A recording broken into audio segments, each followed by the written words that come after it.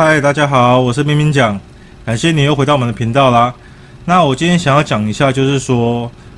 如果你是零经验，然后并且也不是相关科系的人的话，你想要踏入室内设计的话，有什么样的一个途径？那我是用一个我自身的一个经历，想要跟大家分享一下。好的，那在影片开始之前的话呢，请先帮我订阅一下哦。如果你喜欢这个影片的话，也不要吝啬给我一个赞哦。好的，那我当年就是刚退伍的时候。我就是一个零经验，然后又不是相关科系的，可是当下我就想要做这个行业嘛，然后我就跟大家社会新鲜人一样，我做第一件事情是什么？当然就是投履历嘛。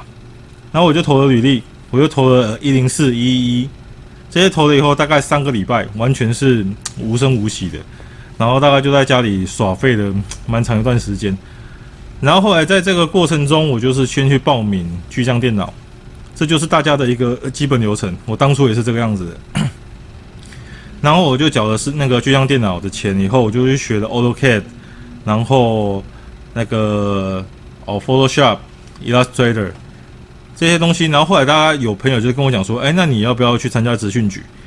然后我就在想说，我已经缴了这个钱了，我还要去职训局吗？然后我就去问了一下我去职训局的朋友，他也是跟我讲说，基本上都是教一些比较基础的事情。那我就决定先略过这一段，我就不做这个事情了。然后学着以后，我就觉得说，我知道这些软体的指令，只是仅仅是指令哦。我学了这些指令了以后，我怎么知道我要做什么东西，我要画什么东西？后来那个时候，我就想到我有一个亲戚，我的叔叔是做一个防水工程行的，那他也牵扯到一些泥作的一些工程，所以这个时候呢，我就说，叔叔，我可不可以去你那边就是打工啊？他说好啊，你来啊。然后我就去了以后呢，当下其实那边的师傅是很头痛的，因为他带着一个什么都不会的一个年轻人拍照嘛。然后就这样拍照以后，那个时候我真的觉得就是很累。我大概早上大概6点多起来以后，我大概晚上我大概8点就很想睡了，因为真的太操了。即便我那个时候是刚退伍出来，那其实那个体力真的是不堪负荷，因为那个真的很操。可是，在那个时候，我发现到当下我的决定是没有错的，因为我们今天是一个工程的厂商，所以我们去接了一个 case 了以后，那是不是你在那个 case， 比如说是设计师的 case 里面，你会遇到木工嘛，你会遇到水电嘛，你会遇到油漆等等的，那你这样子，你在同一个现场里面，你就会看到所有你想知道的工程厂商里面他在施作的一个流程。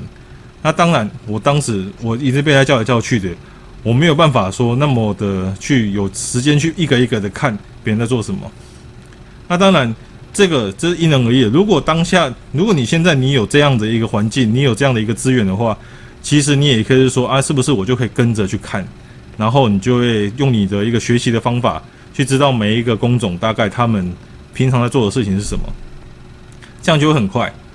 那之后呢？就终于在大家的一个介绍之下以后，我就进去一间室内设计公司去当助理了。然后我去做了这个助理了以后呢，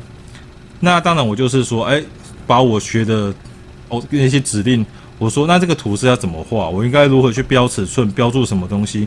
然后他们也很好心的，就是一步一步的教我说，这个一张合格的一个设计图应该是要怎么去完成。然后在那过程中，那他们的一些工程上面啊，如果我可以跟的话，我就是尽量的，就是说全程跟着去看一下他们整个的一个施作的一个流程。然后当下有一个师傅，他就是说，这个案子就全程让你去监工吧。其实当下我是觉得傻掉了，因为其实我很多东西都并不知道，然后变成是，如果你在那边监工，不就等于是在那边要 handle 很多事情嘛？所以那个时候我真是无限的，就是打电话一直求救啊，就是说这个现在师傅说的这个我该怎么办啊？然后现在我应该要怎么去处理这件事情呢？那这个东西其实都是为了一件很重要的事情，我是被这件事情卡着的。大家一定要知道，就是术语。什么样的术语呢？你在工程上，不管你在做各行各业的任何工作，一定有一些非本业知道的一些术语。如果你没有办法用这个术语去沟通的话，你就会变成你就是没有办法很快速的去跟人家进行一个讨论。那哪怕是你要跟师傅沟通，或者是你要跟业主讲解的时候，就因为那一个术语表达意思你不清楚，你就会让整件事情就拖得很久，你聊天过程就会不顺嘛，你就卡住了。那个真的是卡了我很久很久很久，然后就一直被骂。所以说就像当兵一样嘛，你当兵一定就是你很多事情都不懂，所以你才一直被骂，你就永生难忘。如同我在那个时期，我就是因为很多东西都不懂，所以我就是一直被骂到我到现在还是很多事情记忆犹新的。然后呢，我这样子学着了以后呢，然后当时因为这个是一个新创的设计公司嘛，然后这几位设计师最后决定，很不幸的他们决定拆伙了。然后在当时我也没有想说要跟着哪位设计师走，我最后就选择了进修。因为当时其实现在也是一样，就是室内设计相关的有2张证照，一张是室内设计的证照，乙级的，因为当时乙级室内装修的一个证照，所以在当时我就2个都报下去，然后我就想说想要花几个月的时间来好好的来准备一下这个证照的考试。那这个时候我就真的很感谢我当初有这样子被抄，因为其实那些工程用图去表示出来，那毕竟它就是一个表达一个真实的状况嘛。所以说当时因为我记得那些工程的状况了以后，我在这边绘图的时候，我可以去理解这个图为什么要这样子画，它的每一个线条代表是什么意思。所以那个很快的在当下的时候，除了班上当然都是一些社会人士，有些已经是从业很久的，那当然他们的程度就会比较高。但是我比起一些就是完全零经验的一些就算他是相关科系进来的，其实我的实战经验比他高的情况下，我的学习的速度就会比他快。那在当时的时候，第1年我就已经将室内设计的证照考到手了。然后，但是因为其实这种东西，我是说其实是学不完的嘛，所以说我的室内装修那第2章我在那一年的时候并没有考上。然后之后在隔年的时候，因为就继续又服务了一些案子了以后，我又对这些事情更熟悉了。那更熟悉的情况下，第2张室内装修的证照，我在第2年我就得到了。所以我在花了大概约2年多，快3年的时间呢，我就将这2张证照得到手，然后才开启了我的一个创业之路。那当然，创业这个都是后面的一个事情了。对，那所以如同我刚才所说，你今天如果说你今天零经验，然后你不是相关科系的，你没有办法马上进入到室内设计助理，然后这个职位，然后进而去变成设计师的话，那你不妨你可以往工程厂商的那个地方去走。为什么呢？因为这就是我刚刚所说的，第一个，你进去了以后，你跟你环环相扣的厂商非常的多，那你这样子的话，你就会瞬间得到好几个行业来带给你的一些衔接上面的一个知识。然后呢，你将这些东西都非常的了解了以后，你有办法去知道它整个流程，并且去做一个排列组合，然后再去帮它优化，那这才是室内设计嘛。你总不可能说室内设计就是室内设计师就是把一个图画得很漂亮了以后，然后你里面的是为什么而成，然后这是用什么材料，然后用了什么工法才能去达到你的效果。你不能说你画了以后多请别人帮你想办法，那你这样子的话，你设计你就不是从这个去做源头去设计出来的。所以我会觉得说，你今天如果是男生，你今天觉得想去体验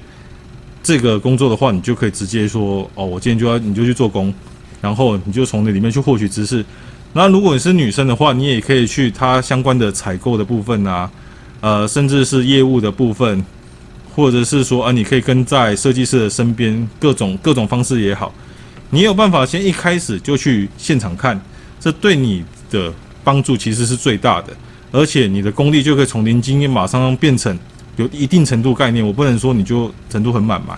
这就是一个学习曲线，这要让你看你自己是如何去安排你自己的一个整个学习的一个过程。那所以说，那这样子之后，你有机会去考取证照，或者是你有办法去到室内设计公司的时候，你基本上你就是有一定的底子的，你上手也比较快。那这样子，你后面再去灌输你一些美学的部分的时候，你也才懂得说这些美学的一些漂亮的一些做法的源头是什么，你要如何去呈现出来，你要怎么把它画出来，这个都是慢慢的循序渐进的。那我总共大概花了2年多3年的时间。那现在网络的比较发达嘛，大家有 YouTube 有各种的一个知识可以去搜寻，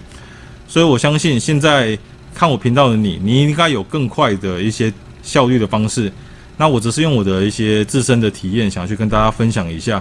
那如果你愿意，你想要从事这一行的话，你可以参考我的方式，或者是你有更棒的方式，也可以来跟我们留言分享一下。好了，那今天的影片就到这边了。喜欢的话，请帮我订阅一下，然后并且帮我按个赞。那如果有相关的问题的话，也不吝啬的话，就跟我交流一下咯。好啦，那就今天到这里了，拜拜。